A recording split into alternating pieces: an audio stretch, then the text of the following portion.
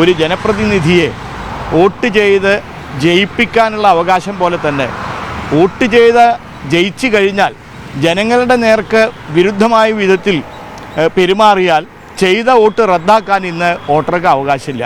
ആ ഒറ്റ ദൗർബല്യം കൊണ്ടാണ്, RP ആക്ടിലെ ദൗർബല്യം കൊണ്ടാണ് ഈ വ്യക്തി നിൽക്കുന്നത്. ചെയ്ത വോട്ട് തിരിച്ചെടുക്കാൻ വോട്ടർക്ക് അധികാരമില്ല എന്ന ഒറ്റ കാരണം വരണം. അങ്ങനെയല്ല, അല്ലെങ്കിൽ ഒരാളെ നിങ്ങൾ ജനപ്രതിനിധിയായിട്ട് നിങ്ങൾ ഒരാളെ ജയിപ്പിക്കുന്നു, ജയിച്ചു കഴിഞ്ഞതിന് ശേഷം നാടൻ ഭാഷയിൽ പറഞ്ഞാൽ അദ്ദേഹം വോട്ട് ചെയ്തവരുടെ നേർക്ക് ജോളി പൊക്കി കാണിക്കുന്നു.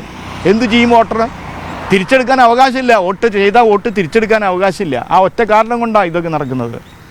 കോൺഗ്രസ് നേതാക്കൾ മുഴുവൻ അദ്ദേഹത്തെ എത്ര വാത്സല്യത്തോട് കൂടിയിട്ടാണ് ആലിംഗനം ചെയ്യുന്നതൊക്കെ TV കണ്ടത്. സാധാരണഗതിയിൽ ഒരു പാർട്ടിക്ക് ഇങ്ങനെ സാധിക്കുമോ? ഇതിപ്പോൾ വീണ്ടും അദ്ദേഹം ഇവിടെ അവരുടെ പിൻബലത്തിൽ വരുന്നു എന്ന് പറഞ്ഞാൽ ഒന്ന് കോൺഗ്രസ് പാർട്ടി ജീർണിച്ചിരിക്കുന്നു എന്നുള്ളതിൻ്റെ തെളിവ്. രണ്ടാമത്തെ കാര്യം, നമ്മുടെ RP ആക്ടിൽ നമ്മുടെ ജനപ്രാതിനിധ്യ നിയമത്തിന് ഒരു ദൗർബല്യമുണ്ട്. ഞങ്ങളുടെ പാർട്ടി കമ്മ്യൂണിസ്റ്റ് പാർട്ടി ഇത് ഈ നമ്മുടെ ജനപ്രാതിനിധ്യ നിയമം രൂപീകരിക്കുന്ന കാലത്ത് തന്നെ ആവശ്യപ്പെടാൻ തുടങ്ങിയതാണ്. ഒരു ജനപ്രതിനിധിയെ വോട്ട് ചെയ്ത് ജയിപ്പിക്കാനുള്ള അവകാശം പോലെ തന്നെ വോട്ട് ചെയ്ത് ജയിച്ചു കഴിഞ്ഞാൽ ജനങ്ങളുടെ നേർക്ക് വിരുദ്ധമായ വിധത്തിൽ പെരുമാറിയാൽ ചെയ്ത വോട്ട് റദ്ദാക്കാൻ ഇന്ന് വോട്ടർക്ക് അവകാശമില്ല. ആ ഒറ്റ ദൗർബല്യം കൊണ്ടാണ്, RP ആക്ടിലെ ദൗർബല്യം കൊണ്ടാണ് ഈ വ്യക്തി നിൽക്കുന്നത്. ചെയ്ത വോട്ട് തിരിച്ചെടുക്കാൻ വോട്ടർക്ക് അധികാരമില്ല എന്ന ഒറ്റ കാരണം വരണം.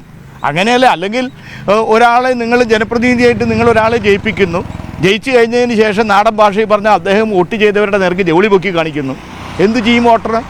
തിരിച്ചെടുക്കാൻ അവകാശമില്ല. വോട്ട് ചെയ്ത വോട്ട് തിരിച്ചെടുക്കാൻ അവകാശമില്ല. ആ ഒറ്റ കാരണം കൊണ്ടാണ് ഇതൊക്കെ നടക്കുന്നത്. ഈ റീകോളിംഗ് വന്നാൽ ഈ പലതരത്തിലുള്ള ആരോപണമുള്ള എല്ലാവരും ഇതേപോലെ പ്രതിസന്ധിയിലാവില്ലേ? അതപ്പം ആലോചിക്കേണ്ട കാര്യമാണ്. പക്ഷേ ഇത് വരണം. ചെയ്ത വോട്ട് റദ്ദാക്കാൻ അധികാരം ഉണ്ടാവണം വോട്ടർക്ക്. അതെങ്ങനെയെന്നുള്ളത് ആലോചിക്കണം. അല്ലെങ്കിൽ ഇതൊക്കെ നാട്ടുകാർ പേരുണ്ട്. സാധാരണ ഒരു മനുഷ്യന്, ഒരു വോട്ടർക്ക് അല്ലെങ്കിൽ ഏതൊരു പൗരനും ആഗ്രഹിക്കുന്നൊരു കാര്യം, എന്നെ പ്രതിനിധാനം ചെയ്യുന്ന വ്യക്തി എന്നെക്കാളും യോഗ്യനാവണം എന്ന് ആഗ്രഹിക്കില്ലേ ഒരു മനുഷ്യൻ?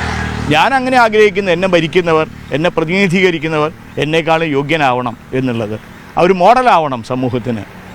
ഇത്ര അധപ്പതിച്ചവരൊക്കെയാണ് ജനപ്രതിനിധി എന്ന് വന്നാൽ ഈ നാട്ടിലെ മനുഷ്യരല്ലേ, വോട്ടർമാരല്ലേ അതിൽ അപമാനിതരാവുന്നത്.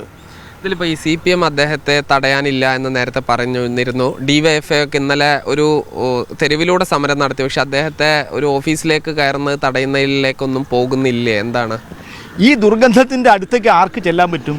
ഞങ്ങൾ ആ ദുർഗന്ധത്തിൽ ഭാഗവാക്കാവാൻ പോകുന്നില്ല. കോൺഗ്രസ് പാർട്ടി അതെടുത്ത് കളയട്ടെ. ഞങ്ങൾ ആ ദുർഗന്ധത്തിലൊന്നും അത് സ്പർശിക്കാൻ പോലും പറ്റാത്ത വിധത്തിൽ അത്ര വൃത്തികെട്ട ദുർഗന്ധമാണ്. അവിടേക്ക് ഞങ്ങൾ പോകുന്നില്ല. എന്തായാലും ഈ പ്രചരണം CPM-ഉം അതിൻ്റെ പോഷക സംഘടനകളെല്ലാം തന്നെ ഈ രീതിയിൽ കൊണ്ടുപോകും എന്നതിൽ സംശയമില്ല. ഈ രാഹുലിനെ തടഞ്ഞുകൊണ്ടുള്ള ഒരു സമരത്തിലേക്ക് എന്തായാലും DYFI ഉൾപ്പെടെ പോകുന്നില്ല. സാജിദ് അജ്മൽ, മീഡിയ 1, പാലക്കാട്.